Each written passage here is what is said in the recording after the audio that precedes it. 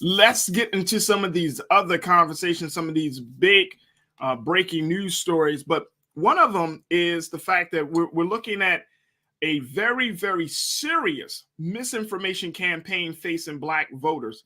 Black voters are being targeted across the country for making sure that it dissuades Black voters from going out to vote, dissuades Black voters about who is, who about the candidates and where they stand. And so I wanted to have a conversation about this because we're finding that this is such a problem, and especially in this important, critical midterm election, we can't afford to be lied to anymore. So I wanted to have a discussion about this, and I'm going to bring in Culture Crew member Rashad Staton, who is a nonprofit organizer and community leader, and get his thoughts on this. Rashad, thank you so much, brother, for checking in and being a part of the discussion. Hey, peace, brother. Happy Thursday as always, man. For the culture. Happy Thursday. Happy Thursday, brother. Yes, sir. I want to post this. Keenan, I want to post this because I think we need to look at how serious this misinformation campaign really is. According to Representative G.K. Butterfield, who's a Democrat out of North Carolina, he said the practice of misinforming voters, quote, has been weaponized and targeted at communities of color by racist and anti-democratic actors who seek to intimidate voters of color and discourage them from participating in the democratic process.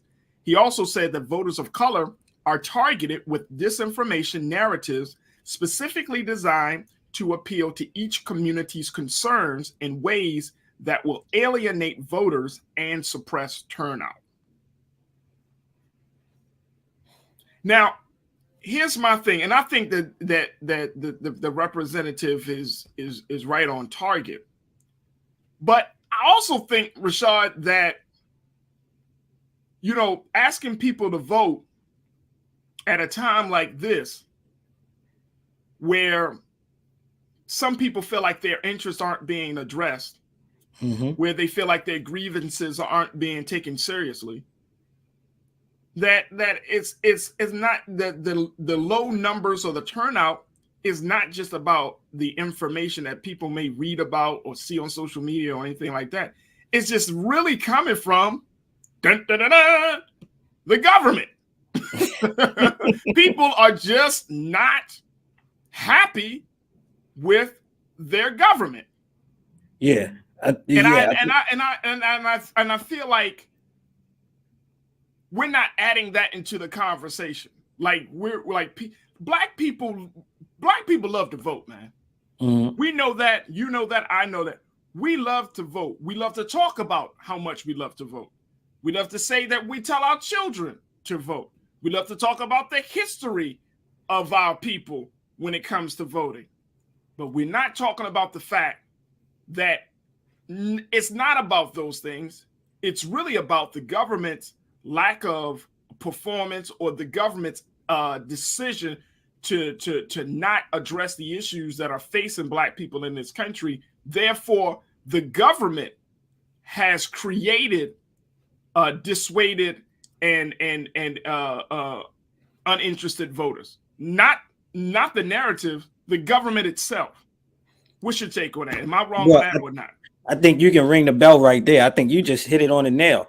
Like you said, this is not a place where we can just identify one particular problem as it is the sole reason, right? I think what you said as well is the country, and not even specifically to Black people, but the country themselves have a low morale and confidence in where our government and our elected officials have done since their election, since what they have put as a prioritization to their campaigns and what they have done since being elected.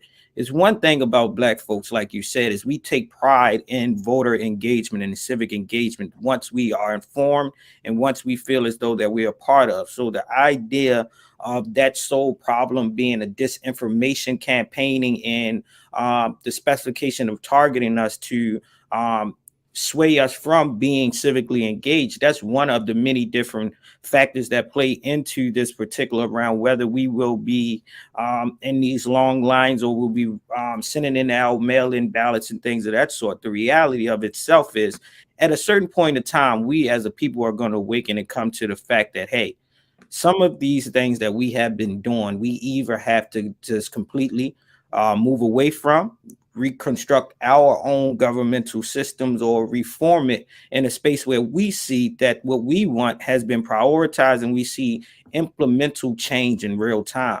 The fact that none of this is surprising me. I believe since the Reconstruction era, when we did see some of the highest representation of Black folks immediately after slavery, there has been a campaign of different disinformation.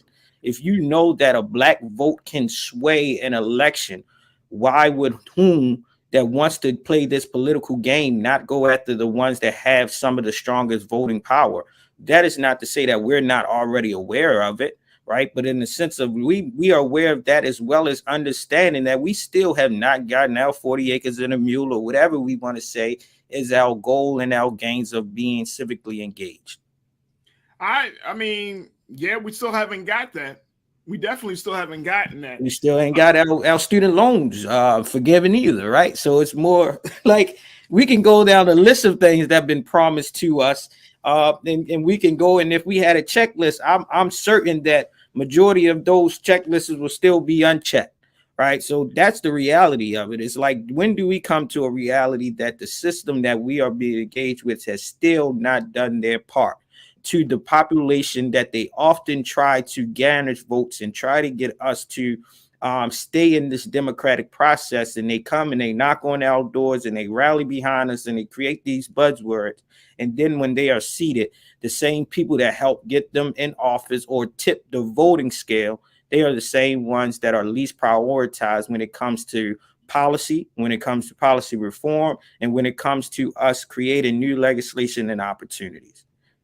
Let me just share this with you, folks. Since 2020, according to the Brennan Center for Justice, which is a nonpartisan voting rights organization at NYU Law School, legislatures in 49 states, Rashad, have introduced more than 400 bills that Democrats and other critics contend would restrict access to the ballot and disproportionately affect voters of color. 49 states, 400 bills to restrict access to voters of color since 2020. So we're talking about 2 years, and that number continues to rise. I'm talking about the number of bills continue to rise even in 2022. My thinking is, and this is what Representative Butterfield also said. He said misinformation, disinformation, and malinformation. I don't even know what malinformation is. I guess it's bad information. You know what I mean? He said that is all a threat to our democracy and the free, fair, and equitable access to the ballot every voter is entitled to. See, now we're getting to a point, Rashad, that everything is a threat to our democracy. You know what else is a threat to our democracy? Not telling the American people the truth about what's going on with their country. You know what else is a threat to our democracy? Promising one thing on a campaign trail and then just totally disregarding it once you get into office. Those are the things that threaten our democracy. Look, Melvin Wright put it, he's one of our watchers. He said, our vote matters to get politicians elected, but afterwards, our voices seem to be ignored. When politicians don't win, the lack of Black votes is blamed. Right. Damn if we do, damn if we don't. Damn if we do, damn if we don't. That's it. Taylor said, likewise, the news and other media outlets used to be a trusted source. Now I question the motives because everybody has been lying to us. If the government is lied, what they call the media, the fifth, what they say that we're like the fifth institution, the fifth state. If the media is lies, right, to fit their agenda, And these are the two things that we have been conditioned to believe are trusted sources, the government and the media. Right. If And we those already two saw, institutions lie, right, or they don't tell the full story, or their storytelling is so thwarted from our view of what's going on, or devoid of our view of what's going on, what do you expect people to do? People are going to become disenfranchised, man. And I'm not talking about just brand new young voters. I'm talking about people that had voted in many different elections across this country. And then come 2020, 2022, I mean, here's one of my big pet peeves, and then I'm Rashad, certainly let you speak on it, bro. If Donald Trump is on the ballot in 2024, if he's allowed to get on the ballot, what does that say? Mm-hmm. To not just black people in this country, but what does that say to any American? That you can have a whole criminal, a whole person that has the highest position of office. Here's a man that has been complicit in treason, and sedition, but he still can run for office. But you saying, well, it ain't about the vote. Let's stop lying to people. Say, oh, it's just about the vote. Y'all need to come out and vote. Hell no, give us something to vote for. That's it. That's it. If we've been using our voice to power for so long, and we understand our power and influence to the vote, and how we as a people can sway in any electoral cycle or midterms to any particular ones, right? When we get to a place of dissatisfaction, why would we continue to play the same game? At what point do we allow the accountability go back on those same people that have perpetuated, have actually been a part of disseminating the disinformation, and say, look, this is on you all. When it comes to the vote, and we've been voting and we have been keeping you all in office, or we have swayed how the offices go, and we step away from it and say, hey, you all have not done your part. You all have not been accountable to our needs. So we're going to step away from it, and you all elect someone, but don't try to victimize the victim. Don't try to play the game on those that have become socially aware, politically aware that, hey, you all have not done your job. The disinformation one, of course, that leads to disenfranchisement, but that is something that we have always been in existence in, of not being as politically aware or understanding our political power as a community. But we do know that when it's time to vote, that we'll stand in those long lines, that we have risked our lives, that we have put other people's priorities above the priorities of ourselves in the betterment of this country, and hoping that we will be a part of these new legislations and policies that it'll make the whole country much greater in itself. But we have not seen that. We have seen this continuous cycle of a political game that has played game on us for far too long. And one thing about this information that's shared in this article is, not surprisingly, a lot of information when we come to a reality that, hey, this country and the media is finally starting to recognize and tell the truth about all the mishaps and all the misfortunes that they have imposed on us. None of that is surprising to me. When I read articles like this, I say, I'll be goddamn about time you told the truth, because we already been living it. Right. So that is one. But the thing is with this, Faraji, me and you know this because we've been doing this work for so long. We go out every single day, and this is a platform like that has working, that works tirelessly and diligently to provide factual information in a space that is digestible for our people to receive it, employ it, and implement it in their daily lives. Even this recently, I had a conversation with a member in my own family about our gubernatorial candidates in the state of Maryland. And the conversation that was one of their strongest defense was disinformation. But I had to be intentional on how to discredit that information, that it doesn't sway them completely away from the candidate that they didn't know was probably the best for them.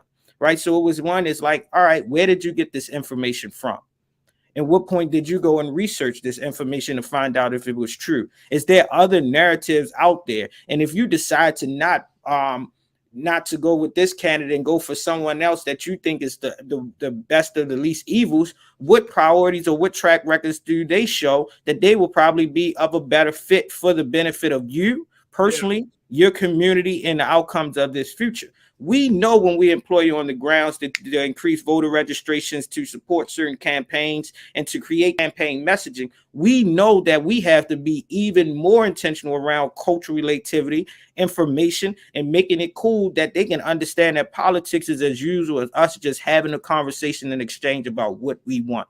This information has been in existence and perpetuating Black votes since the Reconstruction era. We've seen the emergence of it again during the Civil Rights Movement. We've seen it again during the Black Lives Matter movement, and we will see it, unfortunately, again in our next social movements that will be forthcoming, because yet this country has yet to realize and hold a moral fiber that my great ancestor, our great ancestor, James Baldwin, has said for many years. Until this country address the moral fiber and hold a moral standard, they will never, America will never take heed of its dream, and this dream has always been alive. The infamous Kiki. Kiki, you always check in. You said we are in a culture war and y'all keep talking about healthcare and education. All real issues, but they don't care about any of that. That's why we got the show called The Culture, because I don't think anybody, and I agree with you, Kiki, I think that we undervalue how important culture is. Culture being the way that we do a thing, you know, is based upon our attitudes, is based upon our values. I don't think we understand how powerful culture really is. So and I think to your point, Kiki, like if they're playing a culture war, they're trying to redefine how our story is being told. They're trying to play it's a culture war about how to depict us in a certain way. Just like around this abortion issue, how it's going to be interesting to see how both the Democrats and the Republicans package this abortion issue to play to their base and to their agenda. So yes, the culture war is very real. The culture war, I think the culture war is probably more tangible and more significant than the actual war about health, education, voting rights. It's the culture that we got to go to. And it's oftentimes, Rashad, the culture is not being talked about. We talk about policy as if policy don't come out from the minds and the hearts of men and women. Of people. Before you even get to a law, there had to be an attitude. That attitude had to harden into a belief. That belief had to be expressed and be fulfilled, so you create a law. Because based on the culture, if you grew up in a racist household, if you grew up in a space that looked down on people, that attitude is going to be your predominant attitude all throughout life, unless or until some new knowledge comes in to debunk all of that. An awakening happens, right? And I think we're seeing Black people get to that place, and we're certainly seeing white people get to that place. But I think we downplay the culture too little until we get into conversations about like, Black history and not being included in certain textbooks and all of that stuff. The culture is so important, Rashad, that I think that if we start to include that as part of the national conversation, it ain't about prices of medicine, it ain't about the curriculum in the schools. It's about the fact of what is the culture around education in the Black community. What's the culture of healthcare when it comes to our relationship to big pharma and the constituents? Those are the things I think matter. What's your take? Yeah. I think you nailed it on the head. If we use our culture as the pinnacle of what keeps us grounded and what is our DNA as a people to the point that it can't be attested, then we are hitting on on that this gem that defines us as being God's children. And I think that's powerful, and in which I think that's the name in itself of like the culture for this show. It's because we are often talking about the culture and how the culture dynamically can influence all the different social issues, the social determinants, and the things that show up in our lives. And the way that we perpetuate and live through our culture is how we're going to often try to address the things that is forefront to us. But even when I'm thinking about these, it's like now we have this research that is showing that there has been targeted disinformation, and we know that this to be true. What are we going to do about it? Right. And it's not more of the people that is receiving it on their end, because they're not the ones that's creating it. But similar to what we're seeing every day when we go on our social medias and we want to post anything that's related to COVID vaccinations, or COVID information, the federal government has regulated things that populate and say this information may not be true. And it then sends you to another back-end database or a website that then gives you the credible information that they identify as credible to give you the factual information regardless of who is posting it. Can we get that same type of oversight when it comes to voter information? When it comes to political issues, if we have the capacity to do that in another lane, and we know that this can be just as impactful and it is just as potentially harmful to the people in this country, because this is correlating directly to our elected officials, our policies, and how we show up every day, why can't those same systems be translated into a place of any time that someone being a ghost account or being account by someone that is I call it the Twitter gangsters that's just misleading us? Why can't that be debunked by you all placing in another tab below to say, hey, you might want to double check the validity of this information? And then until they do that, then we can, the same thing from that's coming from our elected officials that's saying, hey, we know that that's existing. You have not used your political power to balance out that beam. And until we do that, and we use these large scale things that we deem as effective in all facets of our life, then we're picking and playing of what we think and have prioritized of what truly matters. And I don't think that they still take the black vote serious. And they can, when the black vote doesn't turn out to swing the pendulum back to the Democratic or the Republican Party, of course they're going to blame us. And at that same time, we should not accept that bunch.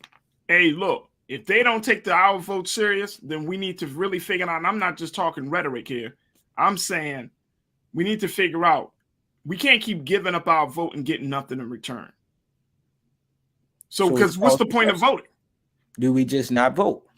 And if we do not vote, will we be okay? If we keep giving it up and you don't get nothing back, it's like being in a relationship, baby. You keep making an effort, but the man or the woman, the person you're in a relationship with, they're not giving you no effort back. They're not showing no consistency.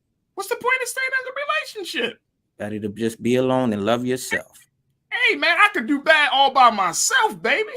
And that's how we got to talk politics using cultural language. And I know people want to believe that things can change, and I truly believe things can change. Trust and believe, and trust and know that as a person in my role and position, I'm not doing this because I don't think things can change. I believe so. But I'm also looking at the relationship, and I'm also looking at the way things are currently. If they are not taking our vote seriously, then why are we keep banging our head like, oh man, when are they going to take it seriously? When are they going to take it seriously? When are they going to count our vote? When are they going to count our vote? And I know some of you are probably like, well, Faraja, you're telling people not to vote. I'm saying let's look at this. And let's be very strategic about this. And how we place our votes. I'm not saying, look, I voted in many elections. My people didn't always, the person I voted for didn't always win. But I'm tired of being in a relationship where we making an effort, and we get subpar effort from the other side. And then we're expected to keep going all out. Yes, sir. Only to get our hearts broken. And I'm not trying to make light of it, but I remember the movie What Love Got to Do with It when Larry Fishburne's character Ike Turner hit Tina Turner's friend in that diner. She said, "You only got to hit me once, Ike." How many times we gonna get hit? You know what? I don't know. I say one thing is, and this will be my closing one, is a call to action, right? If we can't hold, if we can't hold our elected officials accountable to be in our communities throughout the entirety of their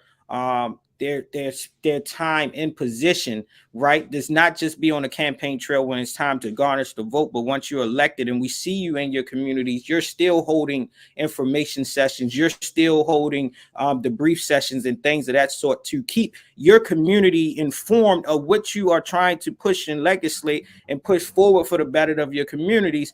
Then look, when it comes to that space after your term is up and you're going for re-election, you can't expect them to come back out again. And secondly, what we have to do, and that's a call to action to the organizations that I lead and I support nationally, locally, and statewide.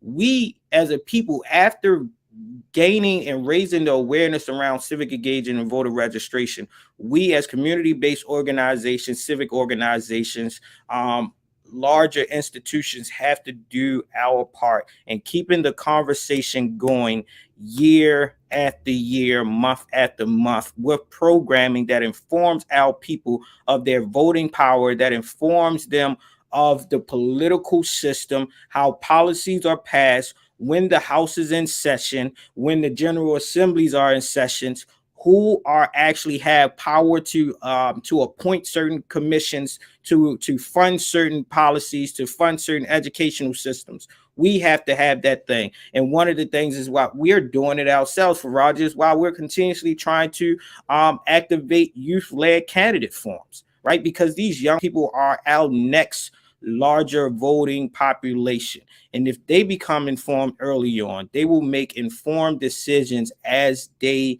become older, become more civically engaged, and grow into adulthood. So if we can't change the mindset of those that are elders and those that have become impatient with the political process, we must start from the young. And that's what Frederick Douglass has said. And some things has not been broken. We must build up and modernize those blueprints so that we can maintain and sustain a culture that is beneficial to us as a people. Bro, I appreciate that. And I want to be very clear. I'm not saying to never vote, folks. I'm simply saying be strategic. I think you should vote locally. I think you should vote for your congressperson. I think you should vote. You know, one of our watchers said that jury pools, forensics accountant, jury pools are comprised of registered voters. Yes, you can still be a registered voter. You can vote locally. But if Black people were to sit out this next presidential campaign, this next presidential election, what do you think will happen? I'm just posing a question. What do you think will happen? Now, the midterms, yes, because they're a little bit more closer to home. But the national, I think we should have a conversation about it. I think we should have a very, very serious, real conversation about it. Because I'm tired of being in an abusive relationship. That's where I am. I'm tired of being in an abusive relationship. We have to organize and galvanize our Black political power. And at this point, this cycle that we're in is not doing it. You're not going to empower the next generation. You're not going to bring new people into the fold.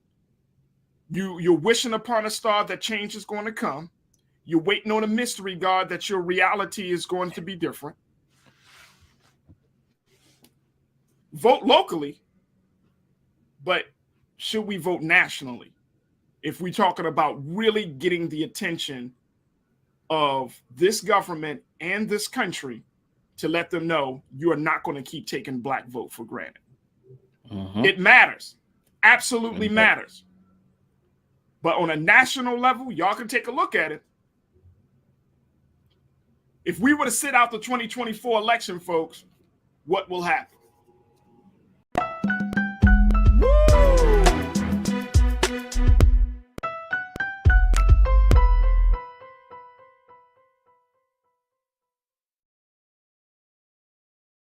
Love our new Alexa. It's a Buick. Yeah, Alexa. Buick. Alexa. It's a Buick. It's an Alexa. It's a Buick.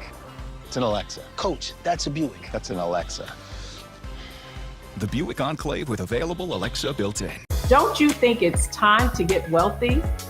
I'm Deborah Owens, America's Wealth Coach, and my new show on the Black Star Network focuses on the things your financial advisor or bank isn't telling you. So watch Get Wealthy on the Black Star Network.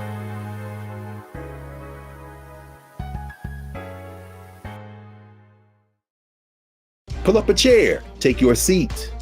The Black Tape with me, Dr. Greg Carr, here on the Black Star Network. Every week, we'll take a deeper dive into the world we're living in. Join the conversation only on the Black Star Network. How about sushi? I just had sushi for lunch yesterday. How about tacos? Automatic emergency braking, one of 6 advanced safety features standard on every 2022 Chevy Equinox. Find new technology. Find new roads. Chevrolet.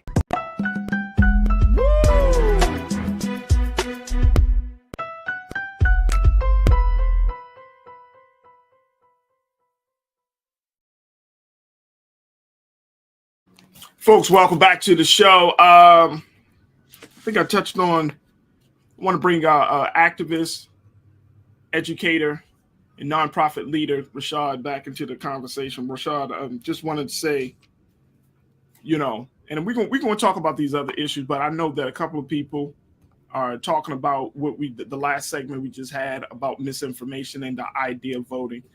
And I want to be very clear. I don't have any problem putting it out there. I don't have any problem coming on any other show. I'm dead ass serious, folks. I'm very serious about what I just said about voting. That we can vote in the local stuff, we can vote in the congressional stuff, but what will happen if we don't vote in the national election? I mean, seriously. There has to be and Janae, you made a point. You said, you know, that 45, there's a possibility that 45 might get back into it talking about Trump. And that days were going to be darker. Black folks been living in darkness for a long damn time. We've been living in darkness for a long time. Folks, I just want to let y'all know, if they doing some type of renovations in the space. So if y'all hear some stuff in the back, just know that it's not my house getting chopped down.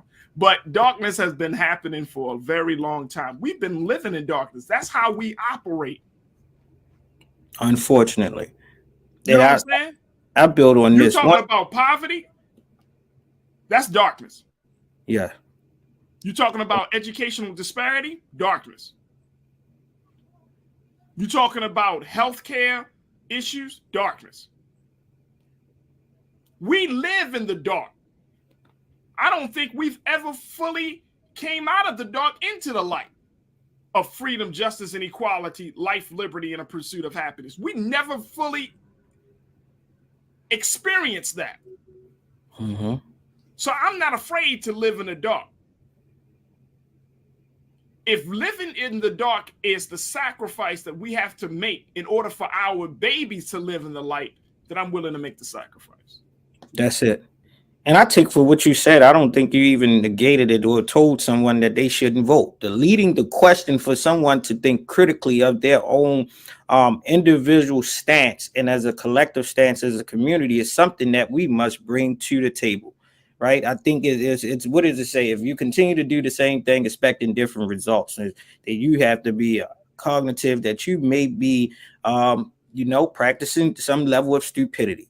Right. And that's one of the spaces of that. And I'm not calling us in that frame, and I don't want the language to be misled, because I think me and you are probably one of the most civically engaged and passionate persons that we know. But us being so civically engaged, we know the implications, we know the power of influence, but we also know the ugly truth of politics, which is why we're on the culture show, which is why we're leading certain efforts and we're supporting certain efforts to enlighten and reawaken our community. There comes a time when we must fully assess the role that we play individually and as a community to determine if we want to take different approaches to get different results that may be better for us and the benefit of our people. And Right. even in these spaces of where we are with the opinion being shared about the possible decision around abortion rights, we have possibly about to see the federal government overturn something and give state oversight to that. And if that is the case, then we need to become more mindful of our state powers and our state and local officials, because that will have direct and more immediate impact to our livelihoods and our day-to-day versus the larger umbrella of federal oversight and federal legislation. When it All right. came down to it, the pendulum must switch, and as a people, we must switch our perspective, our lens, and our approaches. And I think, and I applaud you for putting that question out there for us to think critical. What happens if we just sit on the bench and watch the game be played as is? Hey, I'm serious. I'm serious, because right now, what's this, 2022? So that means that over the next year and a half or the next 2 years, right, we would need to see candidates. And I mean, if you look at if you talking using from a sports perspective, if you look at the bench for the Democrats, it ain't that deep. We've been through the Clintons, we've been through the Obamas, we had Obama, we've been through now we got Biden, but the bench ain't that deep. Mm-hmm. So whoever's running for president now in 2024, that's going to be the standout candidate for the Democratic Party. Most likely it's going to, there's talk about Gavin Newsom out of California. You got to look at somebody that already has some clout. You can't bring in some newcomer into this situation because the situation is so critical. Or President Biden himself talks about he gonna run for election. Bruh. That wouldn't pop off well. Right. That won't work out. Not when we're so in tune to his current administration and not being pleased for where it currently is. It's meaning we're getting these symbolic representative type of things that's being passed. When we look at legislation that's directly impact us, it's like, besides the symbolic representation, what are we truly getting here? And I think that calls in that to question. Right. And like you said, we have seen the Democratic Party recycle the same families with the same recognition. And we didn't got through everyone from the wife to the husband and the last few families at this point. Whom else should you call to? Unless we're going to pick up and give it to Michelle and bring back the Obamas in the space. You can't do that, man. Who else will we call? Man, come right? on. And it's, at that point, it's like we can't trust it. You can't bring back nobody. Right. And who do we have coming up the ladder? If you really think about it, folks, this is the first time within a 15 to 20 year period. I was about to say 16. Yep. That you would have a person on the Democratic side that's not affiliated or associated with a powerful Democratic family. This is going to be the first election in 2024. Unless Biden talks about running again, and he gonna look at them poll numbers. He already know what his poll numbers are now. He made a joke about it at the White House dinner just a few days ago. He already know his poll numbers are low, so you can't run on that. But look at the situation. You need somebody that's going to ignite the base. That's going. I mean, the science behind it all. And right now, who would that be? And we don't have to go down the line. I'm not trying to think about. I'm saying the bigger picture. The bigger picture is we should be very strategic. Again, what would happen if we sat? Even if a Republican wins, who cares at this point? I mean, seriously. We'd be like, oh man, we know that. We know that. We understand that. Judges, all of those things. I get it, folks. I get it. I'm just getting to the place that there needs to be a fundamental shift. You can call it a revolution. You can call it an evolution. But there needs to be a fundamental change in our relationship with the United States government. There needs to be a fundamental change in our thinking and attitudes around political power.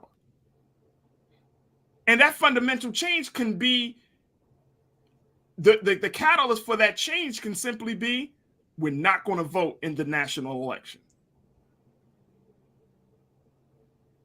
We won't vote in the national election until we know for sure, without a shadow of doubt, with great certainty, that we're going to get what we were promised to get.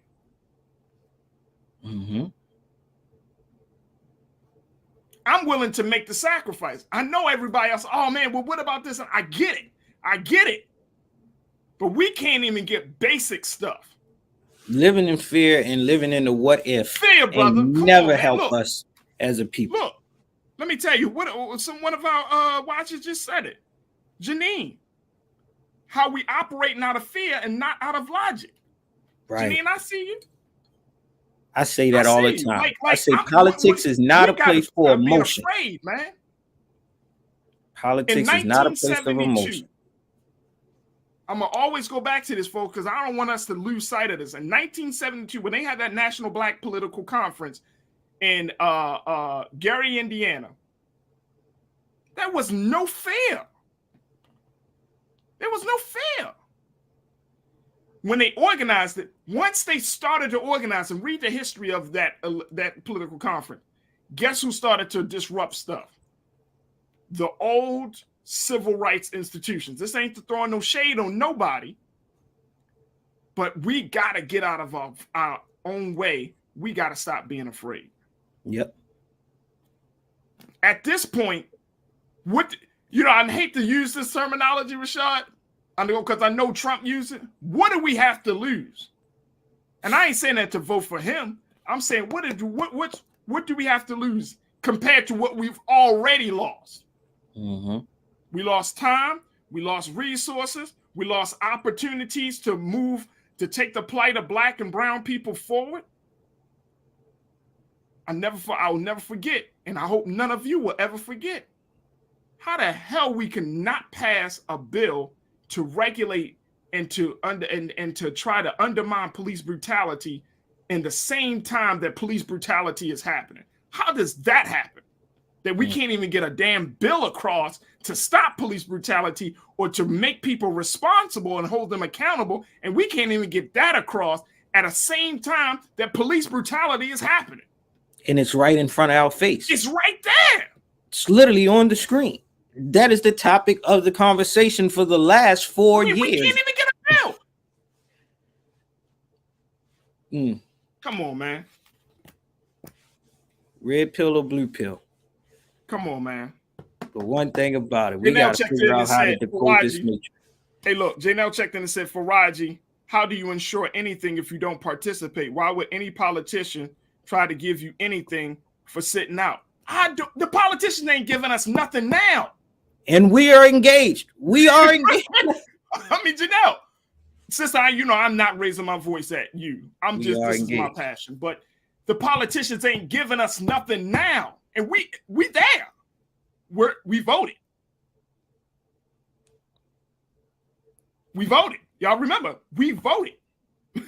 and we voted hence, in 2020. Remember when we voted against 45, in which population came and swayed that vote and didn't want to take credit for how that pendulum switched when in the last hour of the election. We showed up. We showed up in great numbers. And we showed up for Biden's administration in great numbers. And Biden told us, remember on January the 20th, 2021, Biden stood there on the steps of the Capitol and said, you were with me, so I'll stand with you.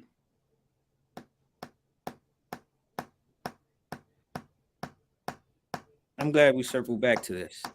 It had to be discussed furthermore, and I think we will continuously discuss this as we get closer and closer, because we got to face the harsh realities. The man said, Rashad, I'll stand with you. He said that. But the stand is a weak stand. Would he give us Faraji? He gave us a minute in the State of Union address. Well, we got a minute and 30-second sound bite. It's been evident, man. It's been evident. This is, and again, I know some of you, and I know some of our watchers are like, Faraji, this is not good. You adding to disinterest. No, I'm not adding to disinterest. What I'm doing is people are already disinterested. This is not me just coming out of some crazy ass vacuum. People were already disinterested. That's why there's even talk of disinformation. We want to put it on something else. The reality is the government is not doing what it said they were going to do for us.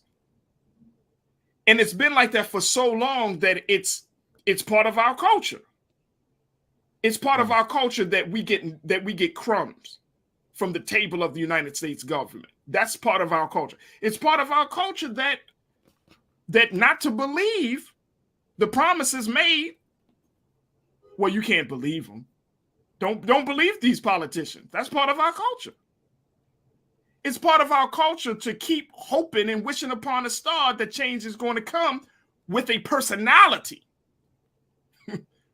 where the system will destroy personality. The system operates on a very on fundamental principles. The personality comes and goes. The principles are standing there. The principles are behind the Supreme Court. The principles behind the White House, and all of the principles behind Congress. It's not personalities. Obama has a great personality, but his personality wasn't more powerful than the principle and the ideas of white supremacy. Biden might have the best of intentions, but his intentions aren't more powerful than the principles. You know, I say this for Raji. If we take a step back and assess all the other demographics of people in this country, in those particular communities that have made a conscious decision to not be a part of the voting and the civic engagements, and see how they still have policy and they still have legislation and they still have systems that have not suppressed them economically, educationally, socially, and culturally. If they are able to do this while not being civically engaged in voting, then what do we should reassess and see how we further move as a people collectively, that we can get some of those same gains without playing this game that has continuously put us in this Ferris wheel. Yeah. Because those communities live amongst us. We see them every day. But when we go in our lines and vote, they're not there. We don't see them in those same lines. So how are they still able to get a footing in a part of the American dream and American pie? What have they conceded as a community that we have overlooked and probably need to strengthen? Yeah. Look, it's I think it's a question, and you know, I know this is, you know, we don't have a lot of time to get into it today, but I know that this is a question that we should really raise. What will happen if Black people were to sit out the national election? Now, look, for those who say, and I see my brother, he checked in, and it's okay, brother. I mean, we just don't agree, and it's fine. He's my man, B Dizzle. B, I see you, brother. You say, nah, bro, you are adding to the disinterest. That's fine. I get it. But check this out. Check this out. Even if folks that are watching us at this moment in the chat, you feel like I'm adding to the disinterest, talk to the next generation. Talk to them 18-year-olds, 19, 20-year-olds, and see how they feel about the political system. If you watched the show a few days ago, we just talked about how, according to a Harvard youth poll, young people between the ages of about 18, I think 25 or 35 years old, Rashad, said that even though that they're leaning more to the Democratic side, believe that the government is not working well. This is young people. Young people. So the disinterest is not just from me. The disinterest comes from the next generation. So if we lose people, and I'm not trying to be, I don't want to be, harsh, because I'm passionate. But if you lose people, you got young people that are saying, nah, we're not seeing the change that we want. Whether their issues are climate change or the student loan situation. If the student loan situation don't come across, if the president doesn't make that happen in a substantial, significant way. Insane. I ain't talking about just restructuring student loan plans. I'm talking about cutting debt. Trust and believe there's going to be disinterest in voting. There's got to be a line drawn. And every group of people, when it comes to their government, they have a line that's drawn. What's the drawn line for Black people? What line can this government cross that we'll say, you know what, enough is enough? What's the line for us? What's your line? That's what I'm asking folks today. What's your line? Is it police brutality? Is it voting rights? Is it student loans? Is it health care? Is it education? You got to figure out what your line is. If the government crosses your line, when do you say enough is enough? I got to do something different. If you don't know what your line is, then it's hard for us to have this conversation. But for me, I think I have a clear view. My line, at this point, the line is being crossed. It could be reparations. We didn't talk about it, Rashad, and I wanted to talk about it, but we'll have other conversations about more conversations that the president is being asked to even hold beyond what's happening with HR 40. The president is being asked to create a commission around reparations because the talk is getting louder and louder around the country. What's your line, folks? If the president in his last couple of years in the White House is slow with reparations, is that your line?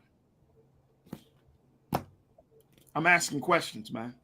I'm only asking questions because, and you can go to Rollins. You can look at his shows. Yes, there are a number of things. And I've seen, people say, well, there are things. But the things that I'm saying, the things that we have gained compared to the things that we have not gained, it's so, I'm just tired of this a la carte level of liberation. You know what I mean? You get a little piece here, you get a little piece there, and it's like, but you got freedom. Because we all, if you are honest with ourselves, we're fighting for every damn inch of progress in this point. Every damn inch. We're not even making 5 yards, 10 yards down the field. We're fighting for inches. Every time we get the ball, we gotta come on, Democrats, come on, run the play right. They fumbling. They throwing interception. We fighting for every damn inch, and that's sad. That's sad. Good analogy. Brother, my brother, Rashad, thank you so much, man. Hey, I thank you for lifting up those courageous conversations and those questions. Absolutely. We're going to continue to talk about it. We'll certainly discuss the work that you and I will be doing for getting young people engaged with this Maryland gubernatorial election that's taking place. So we'll have that conversation and so much more, brother. So I thank you for your time today. Hey, thank you. Thank you for always doing your part for the culture, lifting up courageous conversations and questions that making us to think critical. That's what a leader is called to do. Appreciate you. Absolutely. Absolutely. My brother, Rashad Statton, who is an educator, nonprofit leader, and community organizer. Thank you so much for being so good for the culture. All right, folks. Man, oh man, just some things that was on my heart and my spirit. I felt like I needed to say, but I'm not going to take it back. If you don't like it, I'm so sorry, but I'm not taking it back. I really feel this way. I don't come on this show to grandstand. I don't come on the show to make you say one thing and then think something else and believe something else. This is how I really feel. And so, we can have conversations. I don't mind getting opposing thoughts or comments. I don't mind if people don't agree with me. That's not a problem. We can all have our space and say, but we do have to figure out the best way forward. And if it's starting with asking important, uncomfortable questions, then let's start there. But I know that we, in spite of our differences, we have a lot more common things in common. So I think y'all understand where I'm coming from. I think it's just hard that if somebody is talking about shaking up some well-conditioned or some rooted beliefs and values, it's a little hard and it's understandable. But I think our goal is what? We want freedom, justice, and equality. We want life, liberty, and pursuit of happiness. What else we want? We want power. I want power, and I want self-interest. I want self-reliance. I want us to be determined. I don't want us to be in this very soft engagement when it comes to what we're asking for from this country. And this is not just for Black people. This is for every person that feel like they don't have a voice. Enough is enough. Folks, thank you so much for tuning in. Make sure y'all support us, blackstarnetwork.com. That's the best place to go to find all of the latest episodes of The Culture, Roland Martin Unfiltered, A Balanced Life, The Black Table, and Get Wealthy. Dynamic programming. All can be found at blackstarnetwork.com. We need your support financially. If not financially, make sure you share. Make sure you let people know. And certainly encourage people to download the app everywhere. We have our electronics. So blackstarnetwork.com. Stay tuned. Up next is Roland Martin Unfiltered at 6 p.m. Eastern Standard Time. As always, never be afraid to challenge what's wrong. Stand for what's right while being yourself in the process. God willing, we'll be talking tomorrow for another exciting edition of The Culture right here on the Black Star Network. Peace.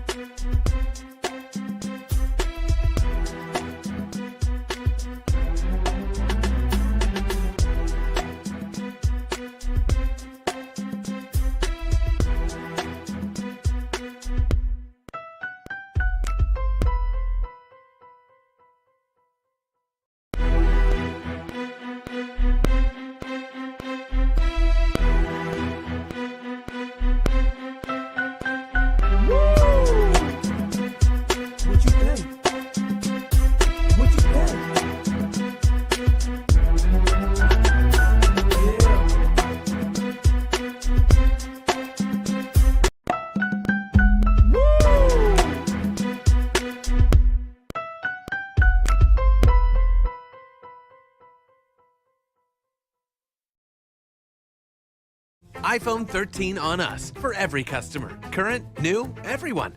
To show the love. Don't you think it's time to get wealthy? I'm Deborah Owens, America's Wealth Coach, and my new show on the Black Star Network focuses on the things your financial advisor or bank isn't telling you. So watch Get Wealthy on the Black Star Network.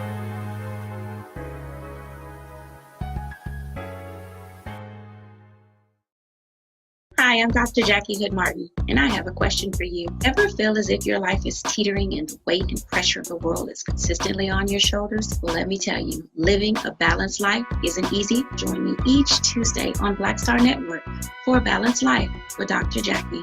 We'll laugh together, cry together, pull ourselves together, and cheer each other on. So join me for new shows each Tuesday on Black Star Network, A Balanced Life with Dr. Jackie.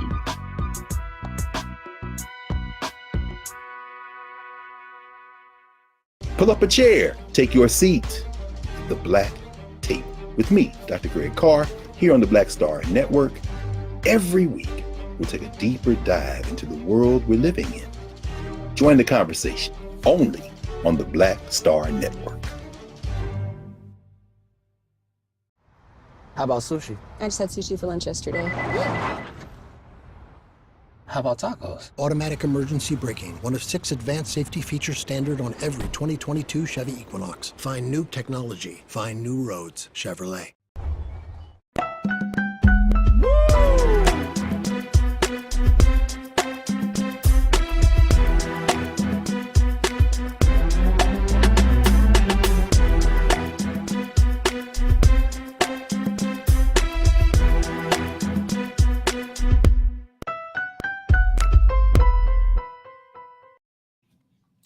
Folks, welcome back to the second hour of today's show of The Culture right here on Black Star Network. We wanted to have a conversation about a new poll that has just been released. And this is a poll from the Washington Post Ipsen poll that showed that nearly 3/4 of Black Americans fear being physically attacked because of race.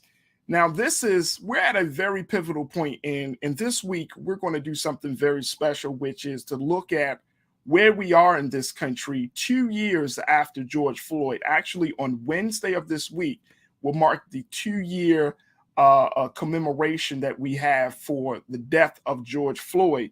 And 2 years after George Floyd, nearly 8 in 10 Black Americans say they have little or no improvement in how police treat Black people. Now, this is in regards to Black people and police relations. But I want to share this quote with you very quickly. Clean, and let's post this next quote, please, brother.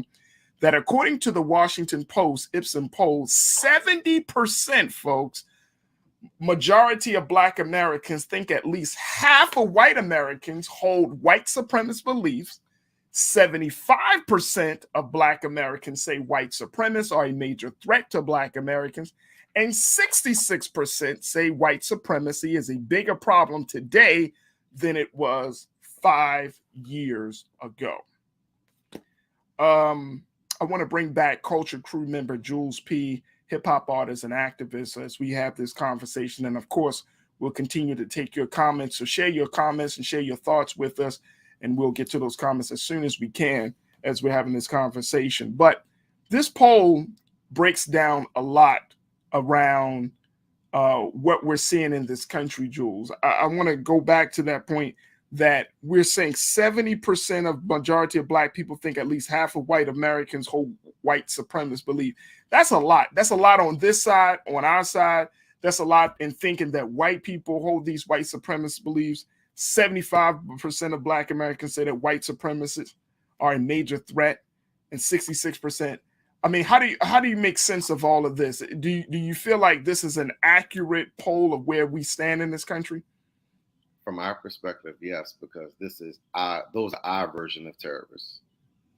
We don't really, and I want to say this the correct way. It's like the United States view of terrorists versus our view of terrorists are two different terrorists or organizational groups. And I do agree with the number for that poll stating that, that's a big chunk. And I'm sitting here trying to think, I feel like majority of that poll, and I didn't vote in the poll. I didn't know the basis of the poll. So I'm just going to shoot out an idea.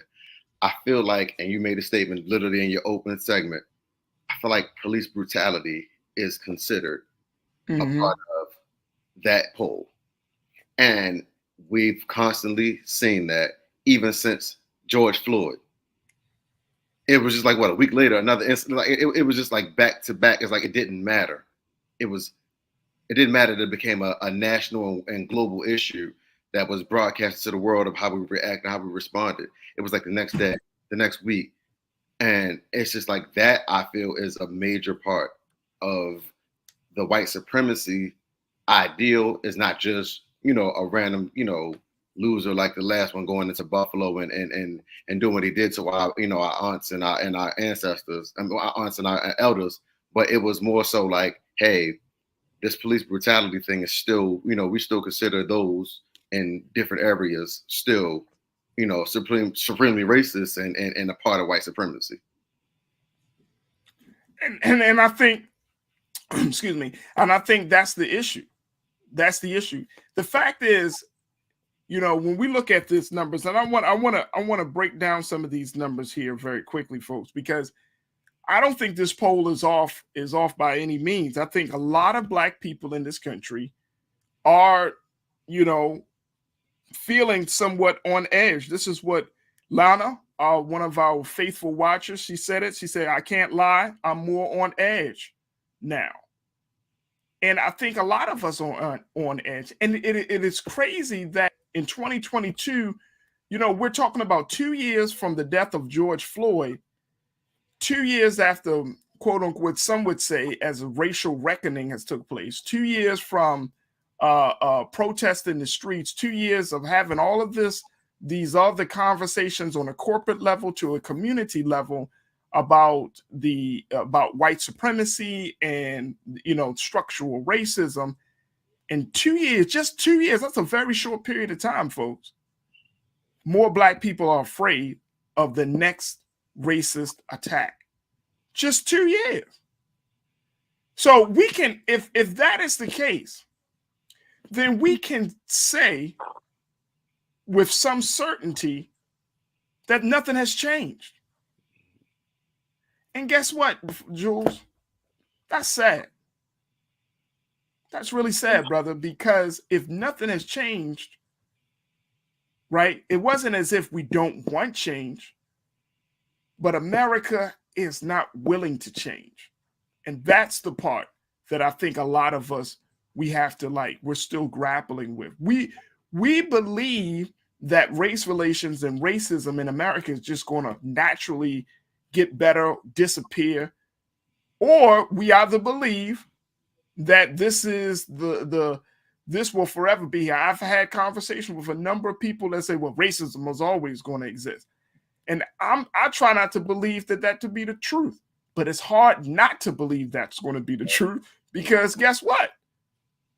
As much as this country says racism is bad, this country has also said it's bad, but we're not going to do anything about it. Right. What's your take, bro? And I also think about it when you're saying 2 years ago, which is mind-boggling, because what else happened 2 years ago? The election. And what was the basis of the debates? Race relations towards African Americans. What has changed? Nothing. They had 2 years.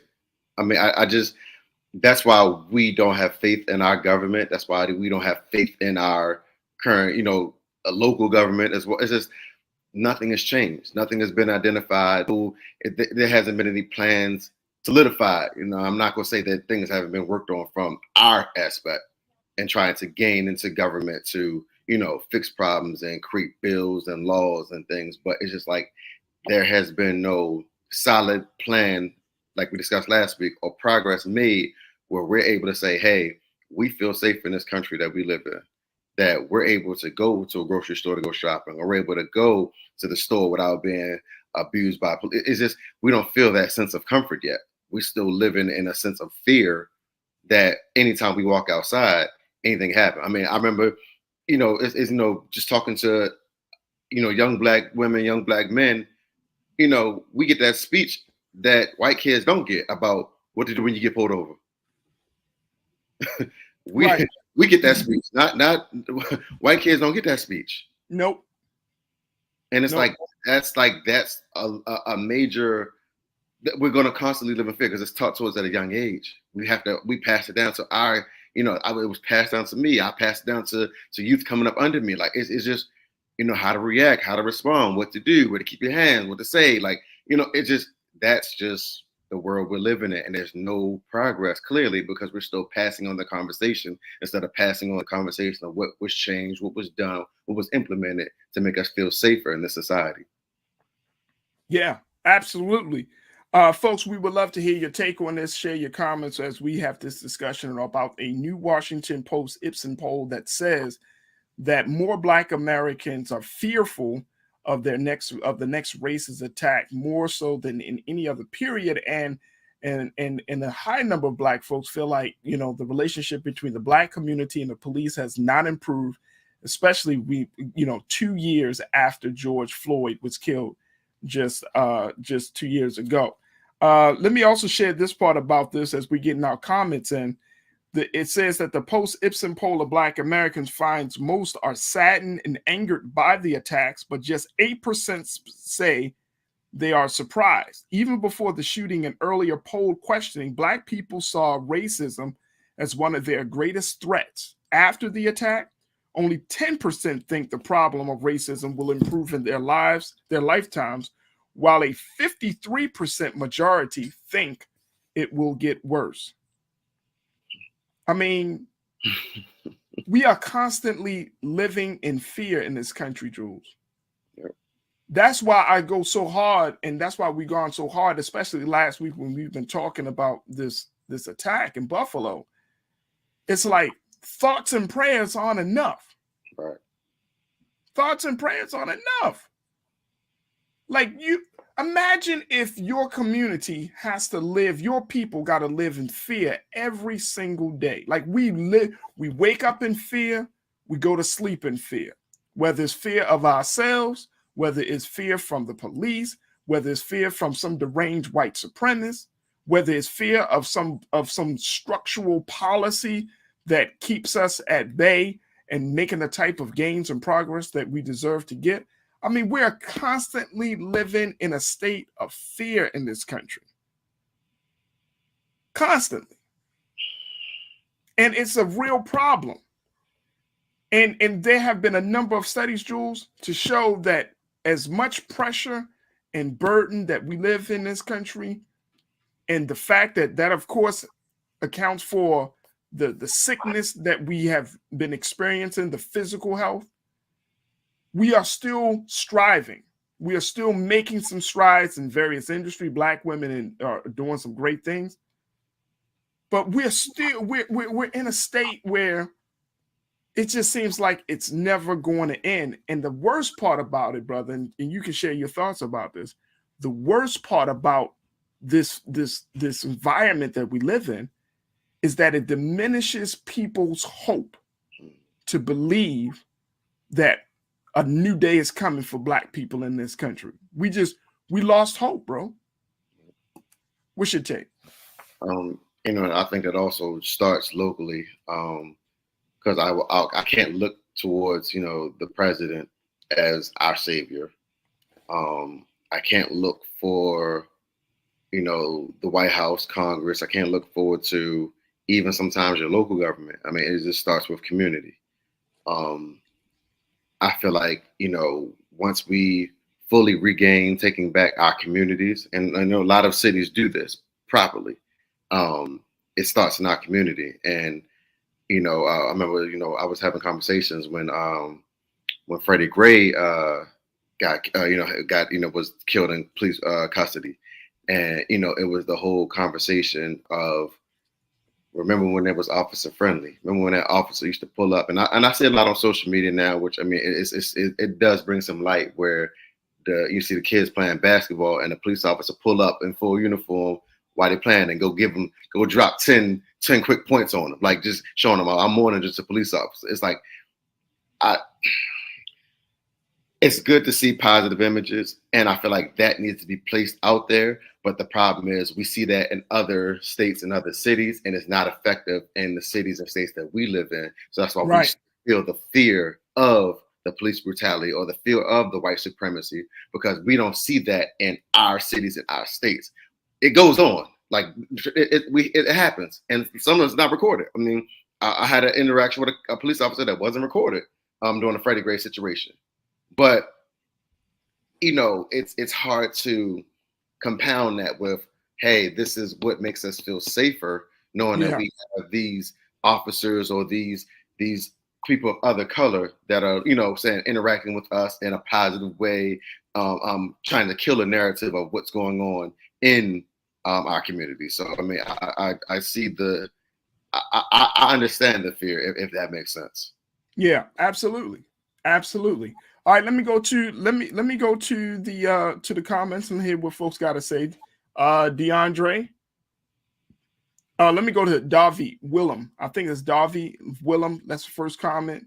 Racism will be here until Jesus comes. I hope not. I hope not.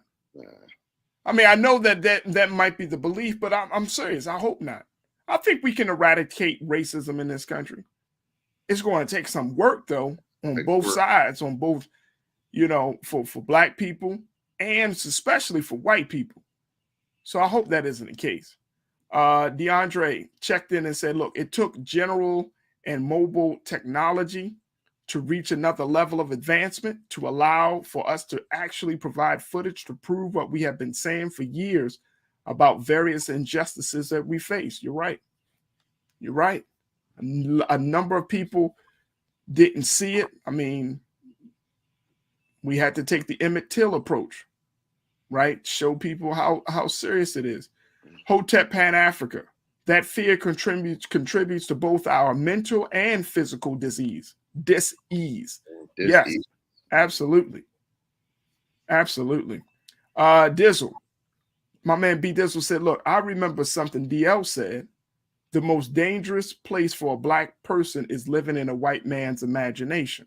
We're in constant survival mode, and we can't afford to see us as those privileged too. There is a price to pay when you're constantly on guard. Like if you can't let your guard down, if you can't be yourself, and you always like, constantly in survival mode. I used to hear a lot of brothers when I would say stuff like, peace, brother, how are you today? Maintain it. Or survive it. That's not living. That's not being. That's like a very base level form of existence, right? Where you just maintaining, surviving, like, damn. Like that's not good for a human to be at that space. Now, I'm not condemning them. I'm just saying that the language speaks volumes about the state of mind. So if you just maintain and surviving, that means that you really are in constant conflict. You know what I mean? You never get your head above the water, as they used to say. You never really be able to enjoy life. So I always challenge brothers to change that type of thinking. P&F Lord of Crickets. They said, I have not lost hope. We run our community. White supremacists don't scare me. You are misinforming the people. Am I really misinforming the people? You may not have lost hope, but check with your neighbors. Have they lost hope? And when you say white supremacists don't scare me, that's one 18-year-old white supremacist. But what about the big white supremacists that are down at your local state house or in your police department? How about it? Or in your school system? Now, yeah, you may stop an 18-year-old, right? But can you stop them when they're making policies? When they're making those decisions about the quality of your life? When they make it, whenever, I don't know what neighborhoods you have P&F Florida Crickets, but if whatever city or state or neighborhood community you're involved in, who's running those decision-making, who's making the big decisions in your area? Now, you may not have lost hope, but I think a lot of people have lost hope, man. We're tired. We're tired of fighting.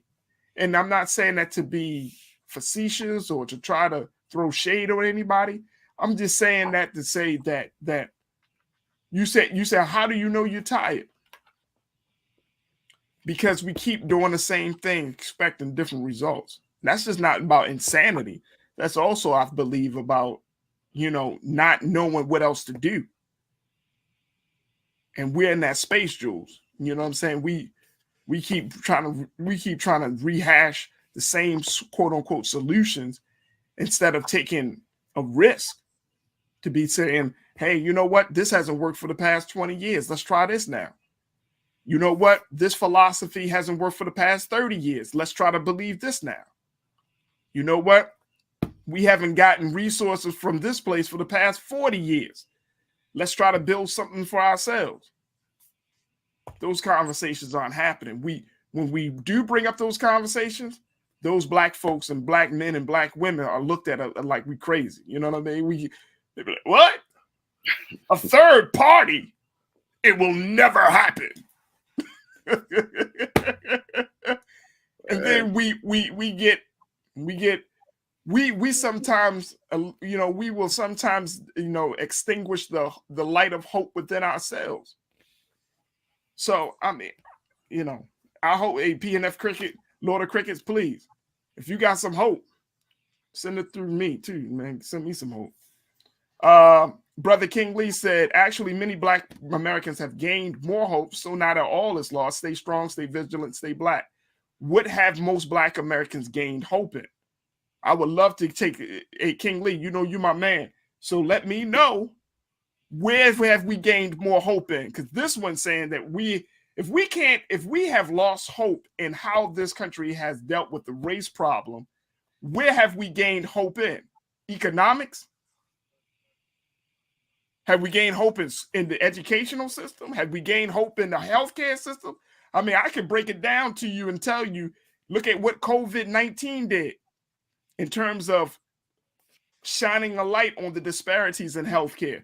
Let's look at the fact that, you know, you got states that are removing Black history. That don't gain nobody hope. Where have we gained hope in? Just asking the question, brother. Damon Blissett, my man, said, I have one child, 17, a son who just graduated high school on Friday. Congratulations, Damon. I saw you posting about that. I hope he had a great time. I remember that time. Jules, I remember when you graduated too. I gave him the speech often. I want him to come home safe. Talking about what's your point, Jules? You got to. I always ask people, my son is 8. When should I have that speech with him? They said now. Some brothers tell me now, Jules. Like, you know, had that speech about police and Black boys. Have it now. I said, all right, I'll probably wait till he's about 10. Give him another year or two, because he loves the police. He you know what I mean? He talks sometimes like that. Maybe I should be a police officer. So, you know, we're going to cultivate that. Right. And then Kelvin checked in. Calvin Thomas says, why don't I see conversation about more Black men bearing arms and protecting their neighborhood? We can have a conversation about that. Let's have a balanced and smart conversation about that. But the way policy are going in this country, I don't think that's going to stand too long, because some of these Republican-controlled states, hell, they take away your voting rights. You know they're going to take away your right to bear arms. Now, you might say, well, that's the Constitution and it's ensured by the Constitution. Do you really believe that these people are actually following the Constitution? I mean, seriously. Seriously. Freedom of speech, right to bear arms, right? Life, liberty, and the pursuit of happiness. Do you really believe that some people in power give a damn about the Constitution? And sports, my man Sports Actuary said, the truth of the matter is that unless these terrorist attacks against us become much more frequent, we are still 100 times more dangerous to each other. I don't know, Sports. I don't know if we're 100 times more dangerous, but the terrorist attacks don't have to become frequent because we are already thinking a certain way. So you don't need a gendrin to run up in your neighborhood. I saw somebody say this, Jules, and you know, I wanted to bring it to your point. I saw somebody say that we should watch the video of gendrin to see how serious and how bad, you know, how hate is, right? We need to see how serious the hate is. We don't need to see the serious we don't need to see a video for that.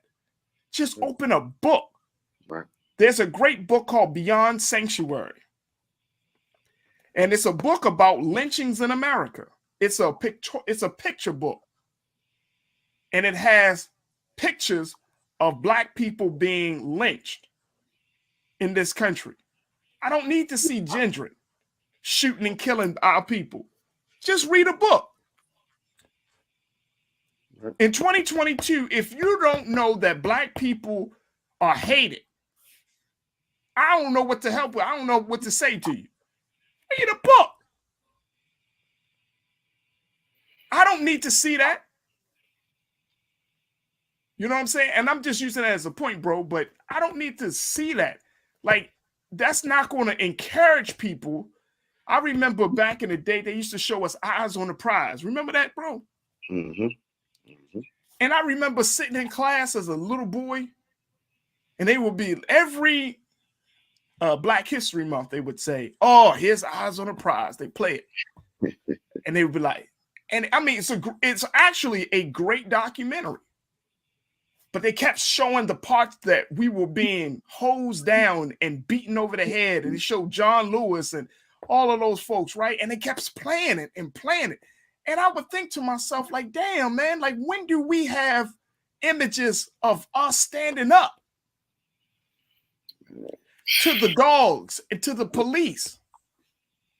I mean, you got to think about what the imagery does to your mindset as a black boy, as a black girl. And you know, you take that out of context. That's not the history of black people. Didn't just start with slavery and civil rights and Jim Crow, but that was the image that was constantly put in. And I was like, damn, man, what happened to us standing up? So we looking at our grandparents getting beaten down and women thrown on the ground. Like, how was that empowering? We should see it, but we needed to see it in its proper context. Mm-hmm. And that's what the problem is. So it's hard to empower black youth. It's hard to empower black Americans. So, bro, I'm gonna let you talk, man, because I don't want to take up all the time as I'm done. But I just, just sharing some of those thoughts and comments. But what's your take on any of this, bro? Your final thoughts? It's so crazy from what you were saying about the eyes on the prize. It's like that image, seeing it as a kid, us getting hosed down. It's like, again, this is back in the 90s when I was in school. I didn't even think of mental health in the 90s. And then now we're in 2022 and all the conversations of mental health. It's like, that's a part of mental health. Looking at, seeing those images, it's like it doesn't even dawn on us that's like, hey, man, like seeing that can be traumatizing to some. Not saying that we don't have people that don't want to, like, yeah, people like us, who will talk about it, in the community, we front line, we make change, we there. But you have another section of us who aren't at that stage yet, and they still look at that as a traumatizing image, and that's what they're seeing. So when they're doing these polls, that's reoccurring in their heads of, we've been dealing with this for so long. Yeah, we haven't fought back in their minds. We haven't stood up in their minds. So that's why I see how the comments, I'm looking at reading the comments that we're getting. It's like, I can understand the back and forth. Like, I understand both sides. I'm not here to say who's right and who's wrong. But I understand both sides. But I'm going to say that there's still a majority fear. So whatever communities that you live in that, y'all are doing the damn thing, well, network out to the other communities so we can take your same strategies and apply them. Because in communities that I live in, that I'm around, we don't have that. So what is working for you that we can apply here so that we can spread that message so we can get that percentage down from 70 to 60, then from 60 to 45. Let's bring that percentage down with that information and knowledge that you're doing in your community, because I appreciate that hearing somebody that got their community doing a lot like that. I respect that. So what are y'all doing that y'all can pass down to the various communities that are voting in these polls that can help them out? Right. Well, folks, we see the poll is out there. My hope is that by us bringing this poll to it, and y'all should check out the full details of this poll from Washington Post Ipsos, but just see it. And it just gives you a snapshot about where we are, and it helps us to bring us into a different reality, because some of us may think that things are getting better in this country, but in fact, more of our people are seeing things as getting worse when it comes to race relations. So it's interesting. I read it, found it to be very, very fascinating, and I hope you would do the same.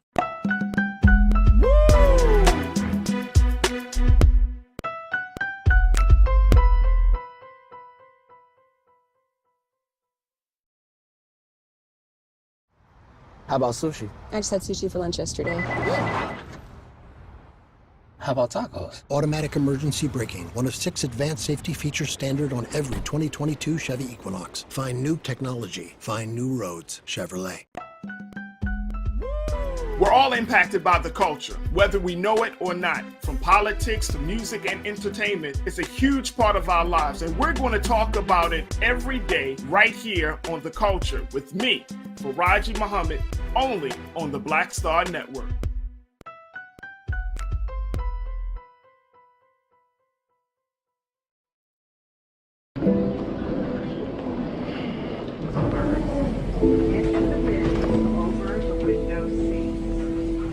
Are the only bins that will accommodate larger overboard.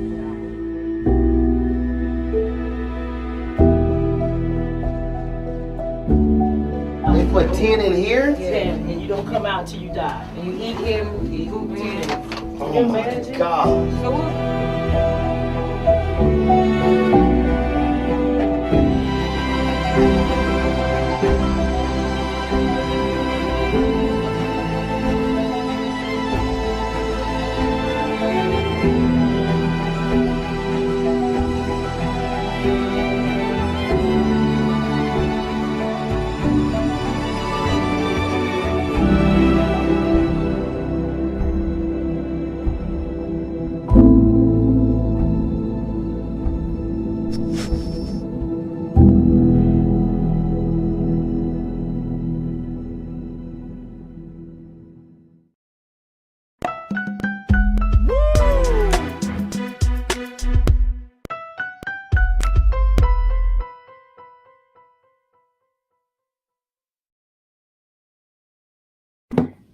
Welcome back to The Culture here on the Black Star Network. I'm your host, Faraji Muhammad. Folks, we just had a powerful first hour talking a little bit about housing segregation, but then we also talked about gun violence. And speaking of violence with the gun, I wanted us to have a conversation around some of the latest data affecting in regards to the issue of police brutality. Now, you know, on this show, we started the conversation, certainly on my Big Brother show, Roland Martin Unfiltered. This has been an ongoing discussion. But when you start to look at the numbers of people, the number of situations and incidents that have happened where police are killing people, and as the police would say, they use the term justifiable homicide. When you start to really look at those numbers, then you'll start to have a better understanding of why this scenario that we find ourselves in, why this dilemma that we are all experiencing is so crazy. Let me just break it down to you. Now, I'm getting these numbers directly from the Washington Post. Now, the Washington Post they did something that, you know, we're starting to see more media outlets do, which is if the government is not going to do it, then we'll do it. And so the Washington Post started to do a tracking system of police shootings that have been happening across the country. Now, why isn't the government not doing this? Because the government hasn't created an infrastructure, the mechanism for this. And I'm gonna go back to the part with the George Floyd Justice for Policing Act. The Justice for Policing Act, in that piece of legislation, if it was passed, called for a national database of police-involved shootings, not just of Black men, but also of women as well, and other folks from the other parts from other communities. It called for the Department of Justice. It called for law enforcement agencies to start taking accountability when they start taking our lives. And so when we're talking about, you know, all of this other stuff in terms of, well, you know, what we're going to do with police brutality, or it's not that bad, or it's you know, we need some real data. There have been opportunities for us to get real data. It is that bad. And now we're going to have to look at this, and not just look at this from a logical sense, not just look at this from a philosophical sense. This has to be looked at and say, okay, how do we take this data? How do we use it to empower? How do we use it to change the culture of killing of Black people by the police? According to the Washington Post, police shot and killed at least 1,055 people nationwide last year, the highest total since the Washington Post began its tracking fatal shootings by officers in 2015. And it underscores the difficulty, according to the Post, of reducing such incidents despite sustained public attention to this issue. And last year, folks, over 1,000 people were shot and killed by police. Last year, a year after we saw George Floyd and Breonna Taylor and protest for all of these past victims of police brutality and deaths at the hands of police. We saw protests in the streets. We saw all of these things happening. people getting outraged. And guess what? In 2021, this was the highest number of people killed in a single year by the police.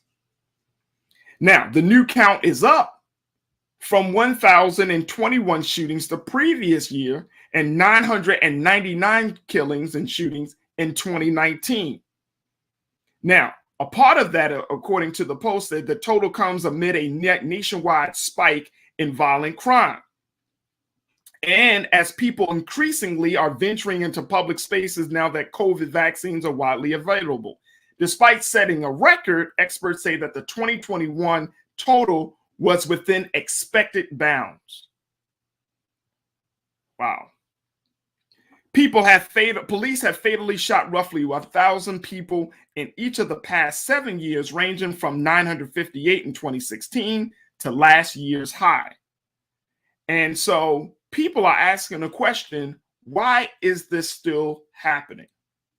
I want to go back to my culture crew member, Reverend Eric Lee, to get his take on this situation. And I know Brother Rashad had to jump off, and we appreciate him for being a part of the first set of conversation.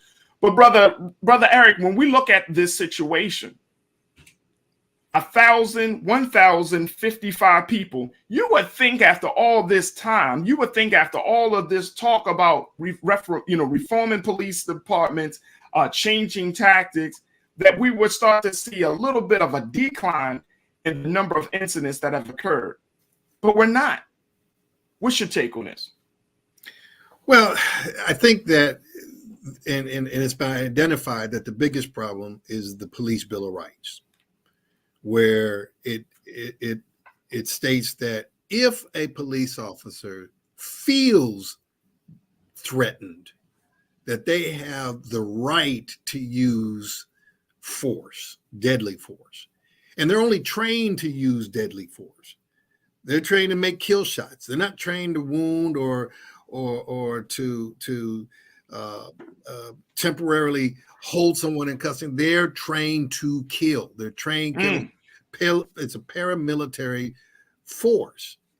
And so the Police Bill of Rights is a completely subjective allowance for a police officer to be able to shoot and kill someone that they feel threatened by. There's nothing objective about that. And here's the problem. They feel threatened when they walk down the street as a citizen. Right. They feel threatened the minute they put on that uniform. They're taught to feel threatened, and they're taught to feel like everyone is a suspect, particularly Black folks and people of color. And so I don't see that number will decrease significantly until they address the issue of the Police Bill of Rights. And I want to say something that my wife had said. She said they should make police officers take out a malpractice insurance policy that they have to pay for. And she feels that you'll see a significant decrease in fatal shootings from police officers, because if they're held to the standards that doctors may be held at, they have to have malpractice insurance and pay for it, which is a very expensive insurance policy. But if they had that you might see some reduction in the amount of actual deadly shootings that occur from police officers. Let me and so you want to talk dollars and cents on this, and I'm thinking this is a great part of the conversation. I can bet you, and you probably saw it when you were, as an activist and an organizer in Los Angeles, and now you're here in Baltimore, and then I see it. Police budgets on this from city government, huge. I mean, they take up a significant amount of money from police budgets. I know here in Baltimore, we're talking about 30%.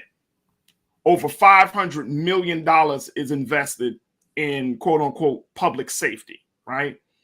But a lot of that is going to the police department.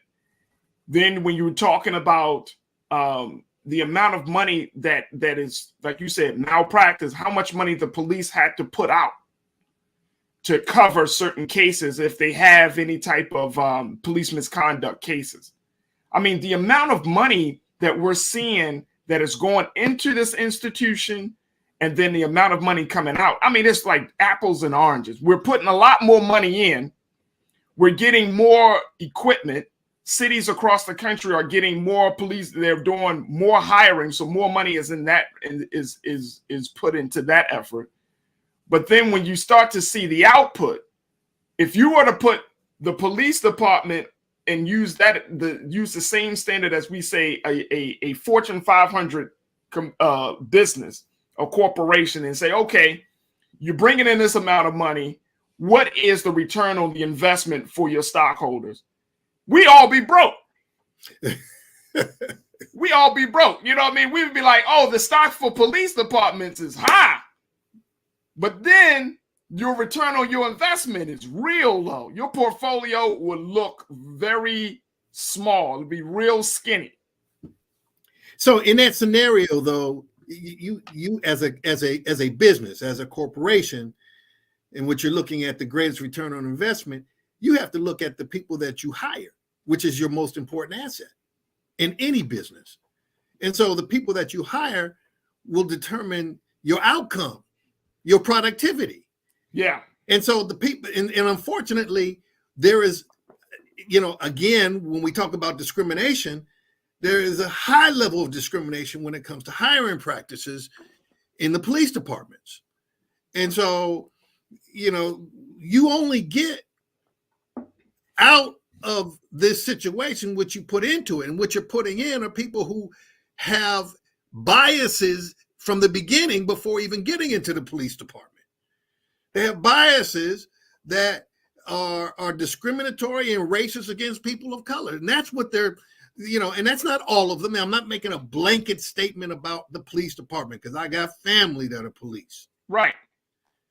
And then you have some good conscious police officers that are trying to do right. But then what you have is a system of policing that is bigger and stronger than any individuals who seek to do the right thing in community policing.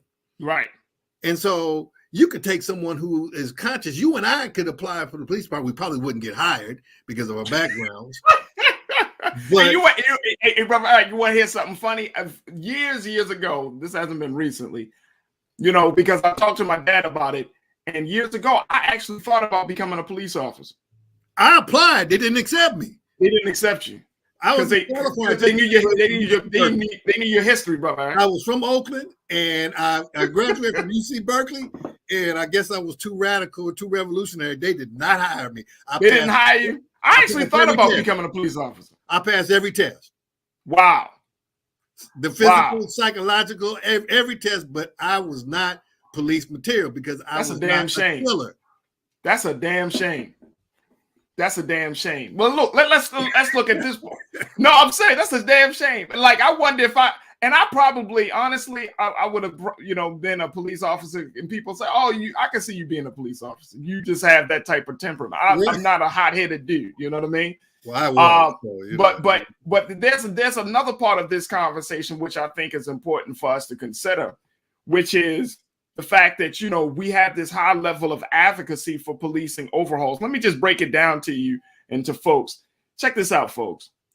Since the killing of George Floyd in 2020, we're in 2022 right now, brother. More than 400 bills were introduced in state legislatures across the country last year. 400. Now you got all these bills, all of this piece of legislation, that people are talking about reform.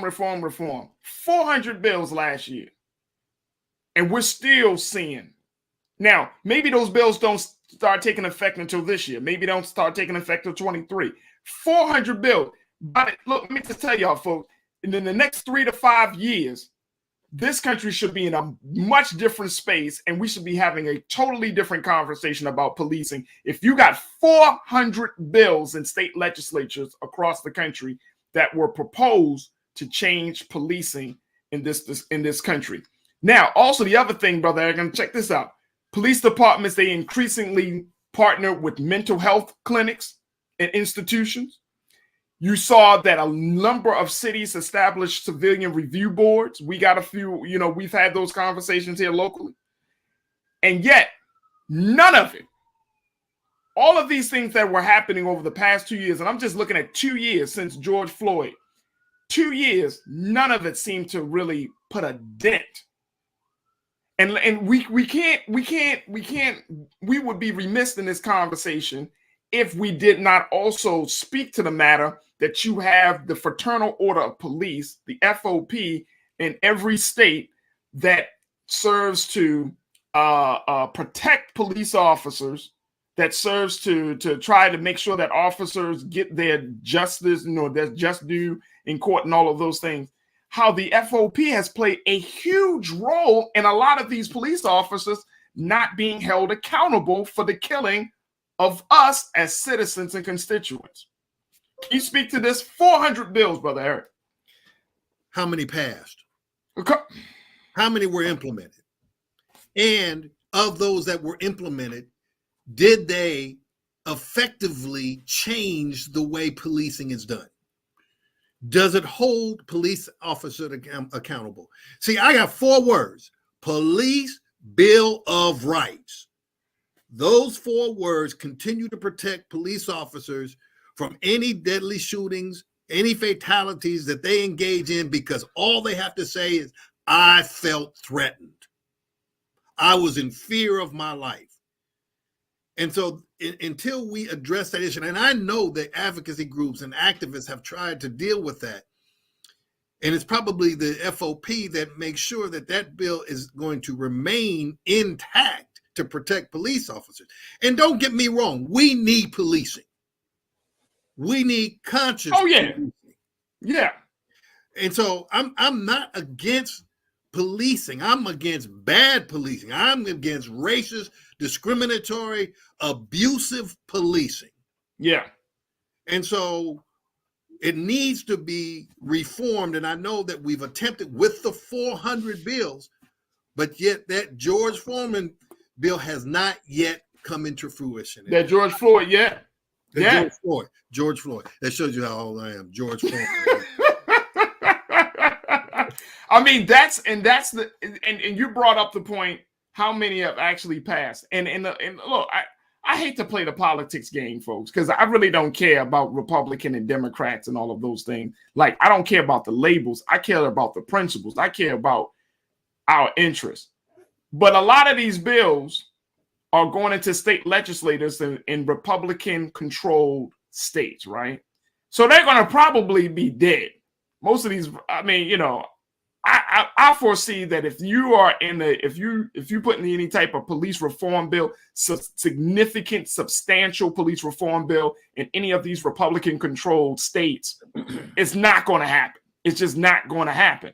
Or they're going to gut the bill out so bad that you essentially don't feel like, well, what's the point of having this bill? It's just going to be by name.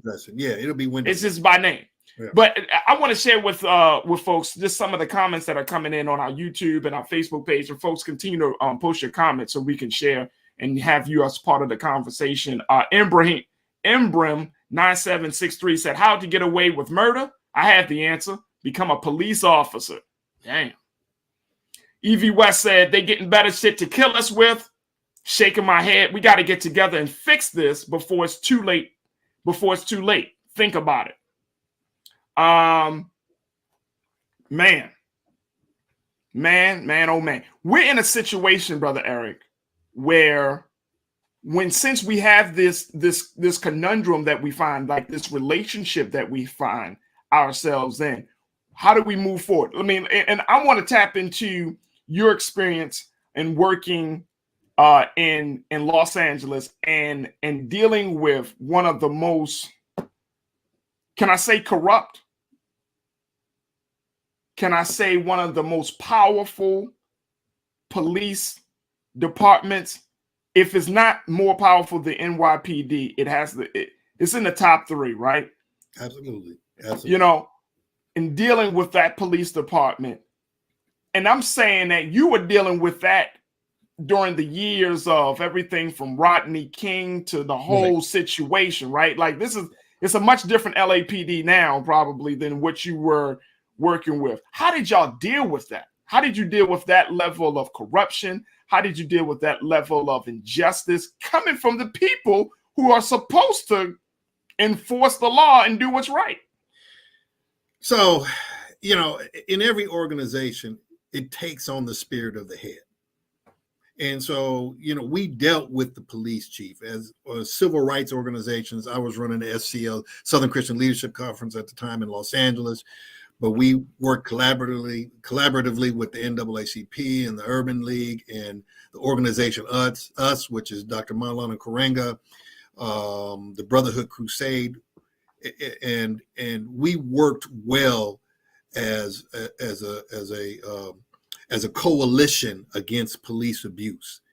And we would demand meetings with the police chief and his top brass to continuously engage them on issues of policing. It's a matter of not only engaging and having a conversation, but holding them accountable in a number of ways, whether it was us protesting, whether it was us doing op-ed articles in the newspaper, but bringing attention to the injustices of abusive police tactics within our communities. And it was a matter of just confronting the issue publicly, rather than allowing it to always go on behind closed doors. And so, and the other part of it was that the coalition had to be in unity and tight enough to say, if you're going to call one, you're calling all of us, because how many times are we picked off by those who are in power seeking to make a deal with one organization against all other organizations so that they can say that they've accommodated the request of the community.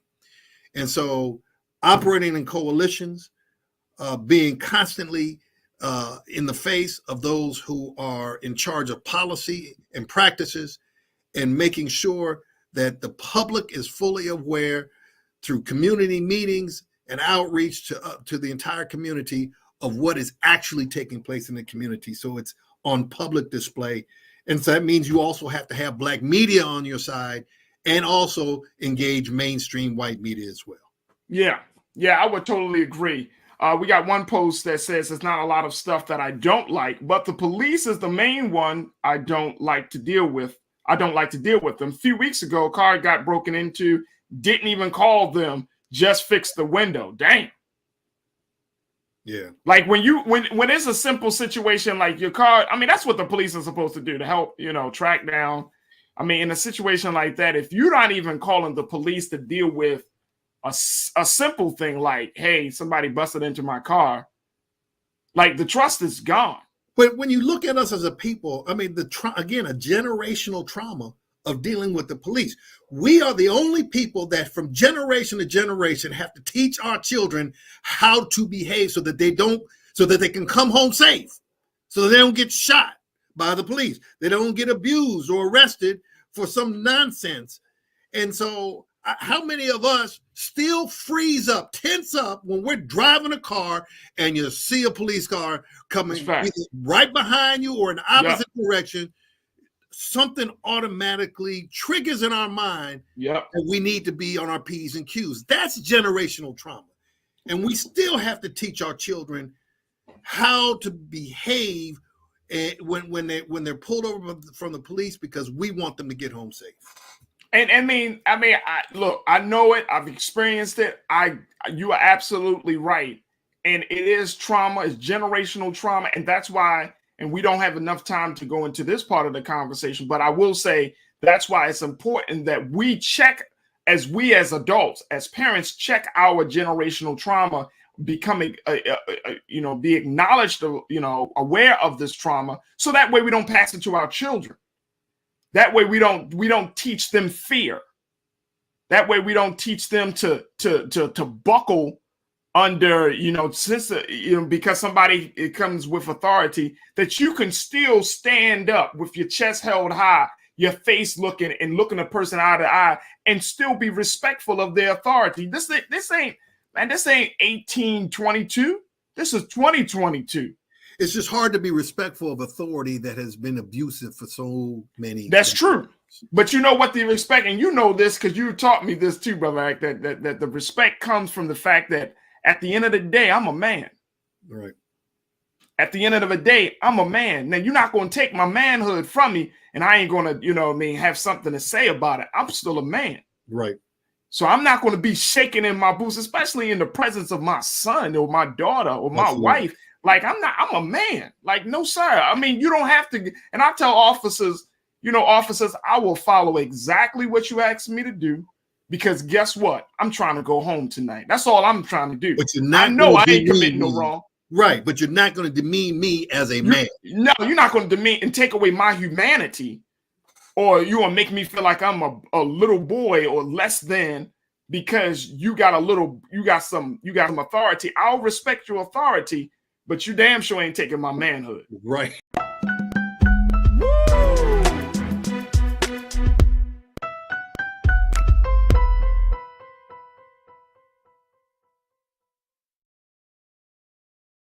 iPhone 13 on us for every customer. Current, new, everyone. To show the love. How about sushi? I just had sushi for lunch yesterday. How about tacos? Automatic emergency braking, one of 6 advanced safety features standard on every 2022 Chevy Equinox. Find new technology. Find new roads. Chevrolet.